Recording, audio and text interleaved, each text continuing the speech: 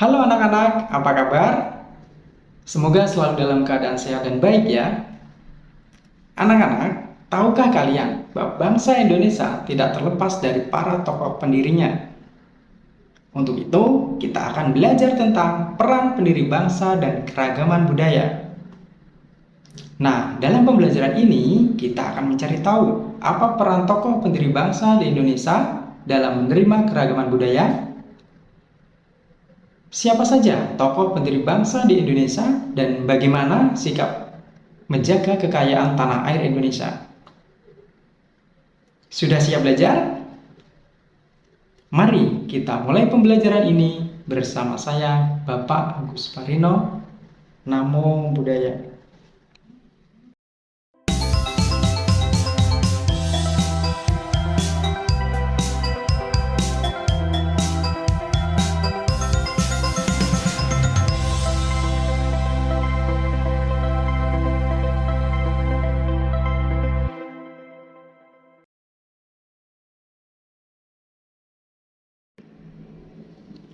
Tokoh pendiri bangsa atau bapak bangsa sering disebut the founding father.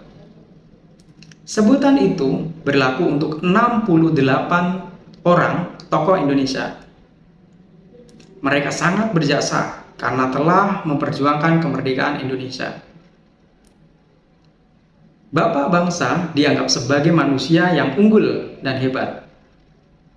Unggul dan hebat dalam pemikiran, visi, dan kepandaiannya. Berdasarkan ideologi, visi, dan perjalanan sejarahnya, ada ahli yang mengelompokkan mereka menjadi 4 tokoh. Perhatikan tokoh pendiri bangsa berikut ini.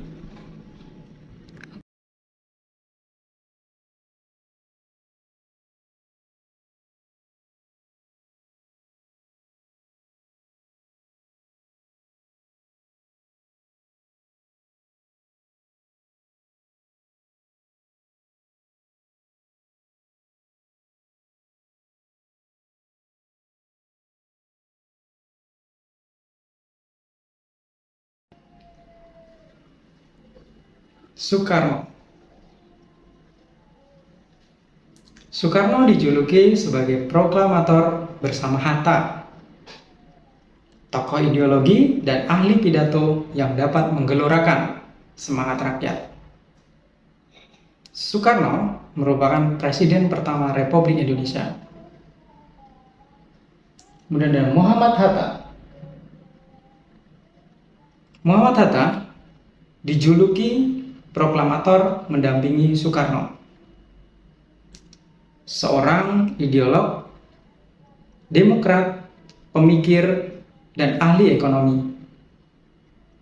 Hatta juga dijuluki sebagai Bapak Koperasi Indonesia dan pencetus politik luar negeri Indonesia yang bebas aktif. Supomo yaitu berperan cukup besar di dalam menyusun Undang-Undang Dasar 1945 bersama Muhammad Yamin dan Soekarno. Muhammad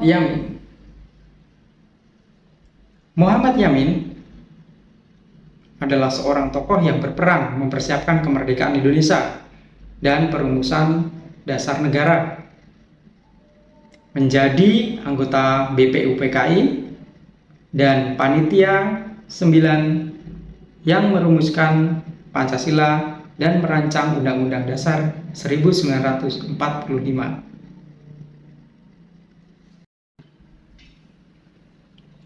Peran tokoh pendiri bangsa. Para tokoh pendiri bangsa sangat berperan dan telah mewariskan 4 pilar kebangsaan, yaitu Pancasila, Undang-Undang Dasar 1945, NKRI, dan Bhinneka Tunggal Ika. 4 pilar kebangsaan tersebut telah menjadi kesepakatan bersama untuk mengikat keutuhan bangsa dari ancaman kehancuran dan perpecahan. Para tokoh berasal dari berbagai macam latar belakang pendidikan, agama, daerah, dan suku. Namun, mereka telah memberikan teladan yang baik sehingga dapat bersatu padu dalam mempertahankan Negara Kesatuan Republik Indonesia. Baik anak-anak, demi keutuhan negara Republik Indonesia, para tokoh tersebut melakukan upaya antara lain: 1. Mencintai tanah air Indonesia. Yang kedua, menjaga wilayah dan kekayaan tanah air Indonesia. Dan yang ketiga, membina persatuan dan kesatuan. Cara tokoh pendiri bangsa untuk mencintai dan menjaga NKRI. 1. Mencintai tanah air, yaitu dengan menjaga keamanan tanah air dari ancaman. Yang kedua, menjaga wilayah dan kekayaan tanah air, yaitu menjaga seluruh kekayaan alam yang terkandung di tanah air. Yang ketiga, membina persatuan dan kesatuan, menjalin persahabatan dengan antar suku, ras, dan agama. Sikap membina persatuan dan kesatuan di sekolah. Anak-anak, setelah kita mengetahui dan mempelajari tentang sikap para tokoh, yaitu tentunya untuk menjaga persatuan dan kesatuan Republik Indonesia, nah untuk itu bisa kita terapkan dalam kehidupan sehari-hari, misalnya yaitu di sekolah. Nah, di sekolah kita dapat menerapkan: 1. Menerapkan cinta kasih atau metta dan kasih sayang atau karuna. Yang kedua, mengembangkan sikap toleransi, yaitu menerima perbedaan dan tidak membeda-bedakan satu sama lain, baik itu ras, suku, agama, dan warna kulit. Yang ketiga, saling menghargai dan tolong-menolong antar sesama tanpa membeda-bedakan. Di dalam buku Dhammapada, Sang Buddha membabarkan syair 194. Kelahiran para Buddha merupakan sebab kebahagiaan. Pembabaran ajaran benar merupakan sebab kebahagiaan. Persatuan sangha merupakan sebab kebahagiaan, dan usaha perjuangan mereka yang telah bersatu merupakan sebab kebahagiaan. Untuk mencapai kedamaian, Sang Buddha bersabda, "Barang siapa ingin mencapai kedamaian, ia harus cakap, jujur, tulus, rendah hati, lemah lembut, dan tiada sombong." Tentang upaya kebenaran dan menjauhi perselisihan, Sang Buddha bersabda, "Sebagian orang tidak mengetahui bahwa dalam pertengkaran mereka akan binasa.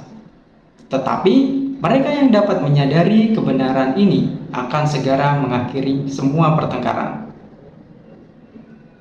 Dengan dasar pemikiran seperti inilah akan terwujud kondisi saling menghormati dan saling menghargai, baik antar suku, agama, dan ras. Rasa saling menghargai dan menghormati keberagaman inilah yang akan menciptakan kerukunan dan persatuan. Baik anak-anak, pelajaran hari ini berarti dapat kita simpulkan, yaitu tokoh pendiri bangsa merupakan orang-orang yang sangat berjasa untuk Negara Kesatuan Republik Indonesia, sehingga dapat mewariskan 4 pilar kebangsaan, yaitu Pancasila, Undang-Undang Dasar 1945, NKRI, dan Bhinneka Tunggal Ika. Dengan adanya sikap saling menghormati dan menghargai, maka Indonesia semakin bersatu dan jauh dari ancaman dan perpecahan.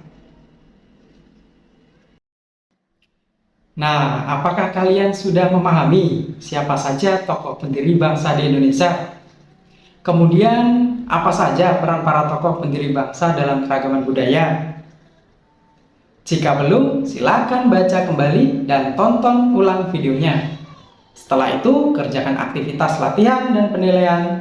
Jika sudah selesai, silakan lanjutkan membaca dan menonton video berikutnya. Sabe Sata Bhawantu Sukitata, semoga semua makhluk hidup berbahagia. Sadu, sadu, sadu.